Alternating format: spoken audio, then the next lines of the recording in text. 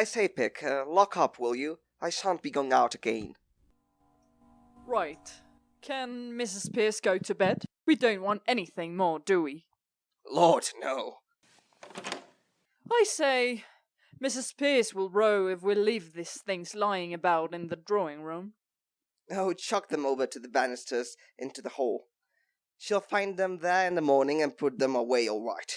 She'll think we were drunk. We are, slightly. Are there any letters? I didn't look. I wonder where the devil my slippers are.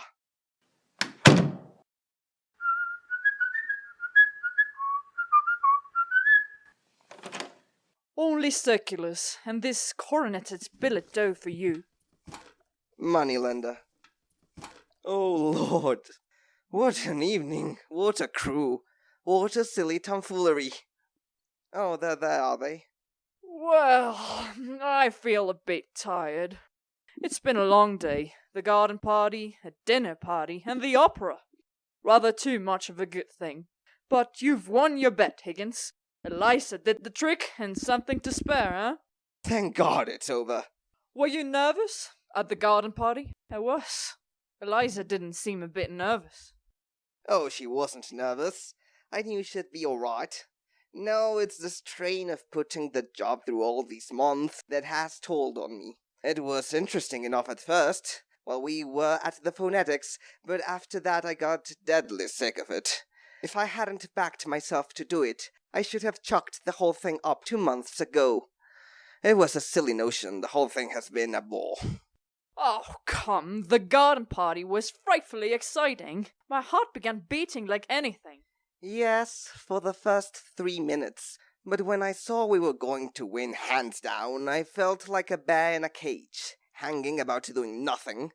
The dinner was worse, sitting gorging there for over an hour, with nobody but a damned fool of a fashionable woman to talk to. I tell you, Pickering, never again for me. No more artificial duchesses. The whole thing has been simply purgatory. You've never been broken in properly to the social routine. I rather enjoy dipping into it occasionally myself. It makes me feel young again. Anyhow, it was a great success, an immense success. I was quite frightened once or twice because Eliza was doing it so well. You see, lots of the real people can't do it at all. They're such fools that they think style comes by nature to people in their position, so they never learn. There's always something professional about doing a thing superlatively well. Yes, that's what drives me mad. The silly people don't know their own silly business. However, it's over and done with, and now I can go to bed at last without dreading tomorrow. I think I shall turn into. Still, it's been a great occasion, a triumph for you. Good night. Good night.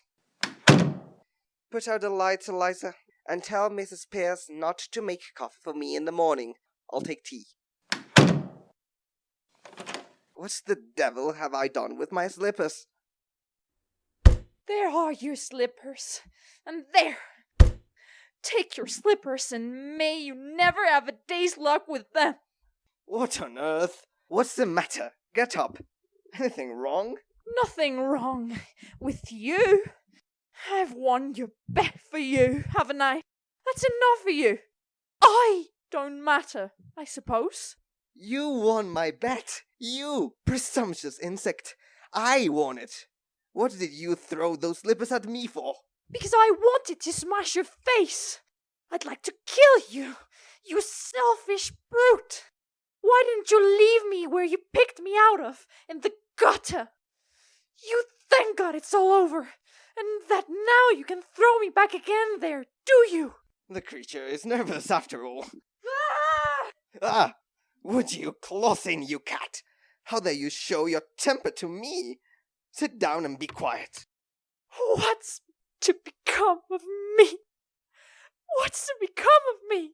How the devil do I know what's to become of you? What does it matter what becomes of you? You don't care. I know you don't care. You don't care if I was dead. I'm nothing to you. Not so much as them slippers. Those slippers. Those slippers. I didn't think it made any difference now. Why have you begun going on like this? May I ask whether you complain of your treatment here? No. Has anybody behaved badly to you? Colonel Pickering? Mrs. Pierce? Any of the servants? No. I presume you don't pretend that I have treated you badly? No. I am glad to hear it. Perhaps you're tired after the strain of the day? Will you have a glass of champagne? No. Thank you. This has been coming on you for some days. I suppose it was natural for you to be anxious about the garden party. But that's all over now. There's nothing more to worry about. No, there's nothing more for you to worry about. Oh, God, I wish I was dead. Why? In heaven's name, why? Listen to me, Eliza. All this irritation is purely subjective. I don't understand. I'm too ignorant. It's only imagination, low spirits, and nothing else. Nobody's hurting you. Nothing's wrong. You go to bed like a good girl and sleep it off. Have a little cry and say your prayers. That will make you comfortable. I heard your prayers. Thank God it's all over. Well, don't you thank God it's all over? Now you are free and can do what you like. What am I fit for? What have you left me fit for? Where am I to go? What am I to do? What's to become of me? Oh, that's what's worrying you, is it? I shouldn't bother about it if I were you. I should imagine you won't have much difficulty in settling yourself somewhere or other, though I hadn't quite realized that you were going away. You might marry, you know. You see, Eliza, all men are not confirmed old bachelors like me and the Colonel. Most men are the marrying sort, poor devils, and you're not bad-looking. It's quite a pleasure to look at you sometimes. Not now, of course, because you're crying and looking as ugly as the very devil. But when you're all right and quite yourself, you're what I should call attractive. That is, to the people in the marrying line, you understand. You go to bed and have a good nice rest, and then get up and look at yourself in the glass, and you won't feel so cheap. I dare say my mother could find some chap or other who would do very well. We were above that at the corner of Tottenham Court Road. What do you mean? I sold flowers. I didn't sell myself. Now you've made a lady of me. I'm not fit to sell anything else. I wish you'd left me where you found me. Tosh, Eliza. Don't you insult human relations by dragging all this cant about buying and selling into it. You needn't marry the fellow if you don't like him. What else am I to do? Oh, lots of things. What about your old idea of a florist's shop? Pickering could set you up in one. He has lots of money. You'll have to pay for all those togs you have been wearing today, and that with the hire of the jewelry will make a big hole into £100. Why, 6 months ago you would have thought it the millennium to have a flower shop of your own. Come, you'll be all right. I must clear off to bed. I'm devilish sleepy. By the way, I came down for something. Forgot what it was. Your slippers. Oh yes, of course. You shied them at me. Before you go, sir. Huh? Do my clothes belong to me or to Colonel Pickering? What the devil use would they be to Pickering? He might want them for the next girl you pick up to experiment on. Is that the way you feel towards us? I don't want to hear anything more about that. All I want to know is whether anything belongs to me. My own clothes were burnt. But what does it matter? Why need you start bothering about that in the middle of the night? I want to know what I may take away with me. I don't want to be accused of stealing. Stealing? You shouldn't have said that, Eliza. That shows a want of feeling. I'm sorry. I'm only a common ignorant girl, and in my station I have to be careful. There can't be any feelings between the like of you and the like of me. Please, will you tell me what belongs to me and what doesn't? You may take the whole damned household if you like. Except the jewels. They're hard. Will that satisfy you? Stop, please.